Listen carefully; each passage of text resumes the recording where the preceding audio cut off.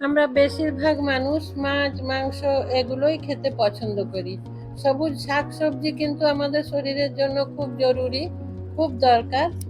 সেই জন্য আজ আমি শাক রেসিপি রান্না করব। 3 রকম শাক দিয়ে একটা রেসিপি করব। আশা করি আপনাদের খারাপ লাগবে না। কড়াইতে সর্ষের তেল দিয়েছি। সর্ষের তেলের মধ্যে কালো জিরে দিয়ে দিলাম। কালো জিরে একটু ভালো করে ভেজে নিয়ে তার মধ্যে কুচনো পেঁয়াজ দিয়ে পেঁয়াজ একটু লাল লাল করে ভেজে নেব। প্লিজ আপনারা যারা ভিডিওটা দেখতে শুরু করেছেন একটা লাইক দিয়ে ভিডিওটা কন্টিনিউ করুন। পেঁয়াজ দিয়ে দিয়েছি। এখন পেঁয়াজ একটু লাল লাল করে হালকা লাল করে ভেজে নেব। পেঁয়াজ হালকা লাল ভাজা হয়ে গেলে পেঁয়াজের মধ্যে কিছুটা কুচনো রসুন দিয়ে দিতে হবে। কুচনো রসুন দিয়ে দিচ্ছি, দিয়ে সেটাও পেঁয়াজের সাথে আবারও ভালো করে ভেজে নেব। এটা ভাজা হতে থাক, ততক্ষণে আপনারা আমার চ্যানেলটা সাবস্ক্রাইব করে ডান দিকে থাকা বেল আইকনটা প্রেস করে দিন প্লিজ। তাহলে আমার রান্নার সমস্ত নোটিফিকেশন আপনারা পেয়ে যাবেন আর আমিও রান্না করার উৎসাহ পাবো। এর মধ্যে 4টে কাঁচা লঙ্কা যোগ করেছি, দিয়ে আবারও সেটা পেঁয়াজের সাথে ভালো করে ভেজে নিচ্ছি। ভেজে নেওয়ার পর আমি প্রথমে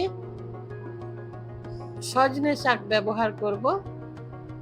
পেঁয়াজ ভাজা হয়ে গেলে ওপর থেকে সজনে শাক দেব। সজনে শাক আমাদের শরীরের জন্য, আমাদের চোখের জন্য খুবই উপকারী একটা শাক। এটা সুযোগ থাকলে হাতের কাছে পাওয়া গেলে খাওয়া উচিত।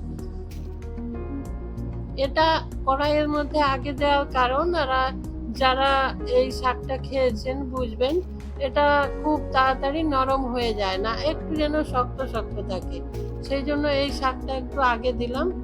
এটা কিছুটা নাড়াচাড়া করার পর বাকি শাকগুলো মিশিয়ে দেব।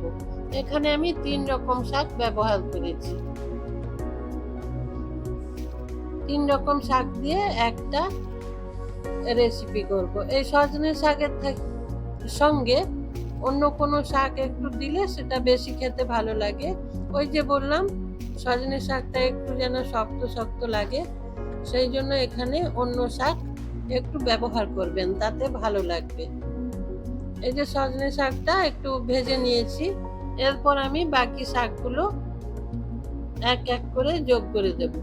এখন আবারও একটু ঢেকে দেব।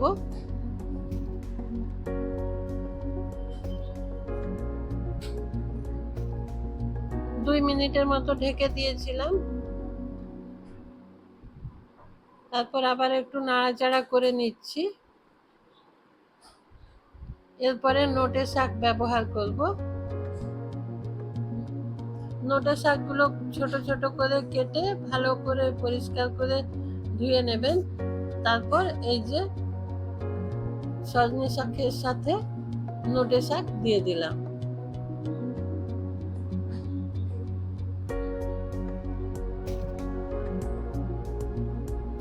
গরম গরম ভাতের সাথে এই শাক ভাজা খুব সুন্দর লাগবে, আর এটা রুটির সাথেও খাওয়া যায়। সজনে শাকের সাথে এই নোটে শাক একটু ভালো করে মিশিয়ে নিতে হবে। মিশিয়ে নেওয়ার পর আমি এখানে আরেকটা শাক ব্যবহার করব।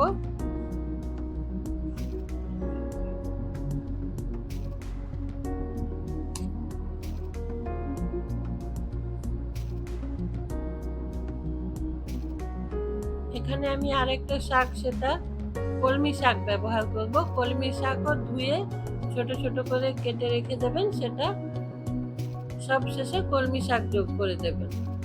এই শাকগুলোর মধ্যে কলমি শাকটাই একটু বেশি নরম, সেটা তাড়াতাড়ি সেদ্ধ হয়ে যায়, সেই জন্য এটা শেষে ব্যবহার করলাম। তারপর এখন সবকিছু ভালো করে মিশিয়ে নেব। এই সমস্ত শাকের রেসিপিতে হলুদ ব্যবহার না করলেও চলে, কিন্তু আমি খুব সামান্য পরিমাণে হলুদ ব্যবহার করব। আপনারা না চাইলে সেটা নাও করতে পারেন। 5 মিনিটের জন্য ঢেকে দিলাম। ঢেকে রান্না করে নেব। শাকে এখনো নুন দেওয়া হয়নি, একটু শাক কমে এলে তখন নুনটা দেব, না হলে নুন বেশি হয়ে যাওয়ার সম্ভাবনা থেকে যাবে।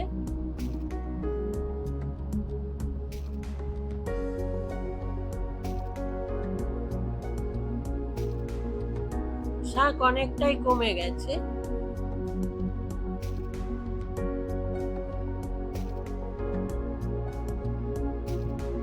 খুব বেশি সময় লাগে না এই শাক রান্না করতে,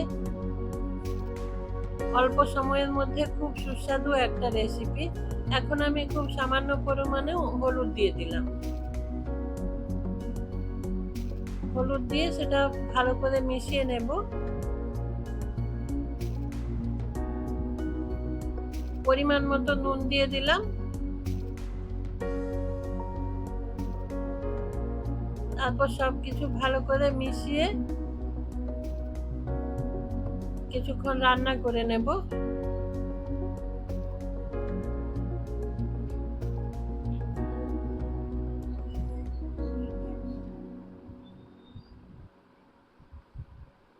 বাচ্চা বড় সবার জন্য এই রেসিপি খুব ভালো, খুব উপকারী রেসিপি।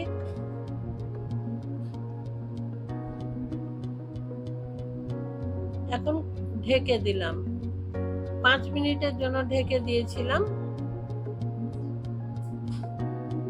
শাক রান্না প্রায় হয়ে এসেছে।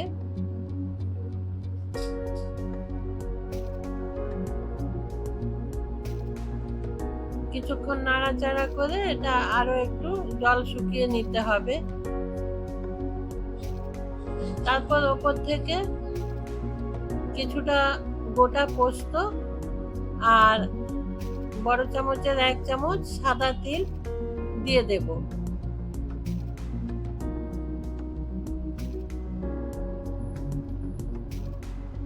তিল পোস্ত শাকের সাথে খুব সুন্দর করে মিশিয়ে নেবেন।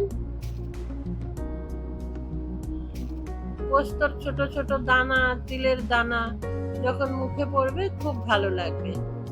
টেবিল চামচের 1 টেবিল চামচ কাঁচা সরষের তেল দিয়ে দিলাম উপর থেকে, আর 2টো কাঁচা লঙ্কা দিয়ে ভালো করে মিশিয়ে নিয়ে শাক ভাজা কমপ্লিট করে নেব।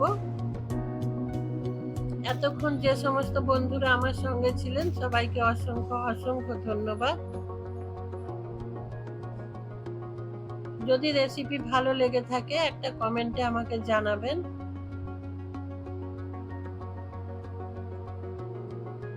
নমস্কার, ভালো থাকবেন সবাই, সুস্থ থাকবেন।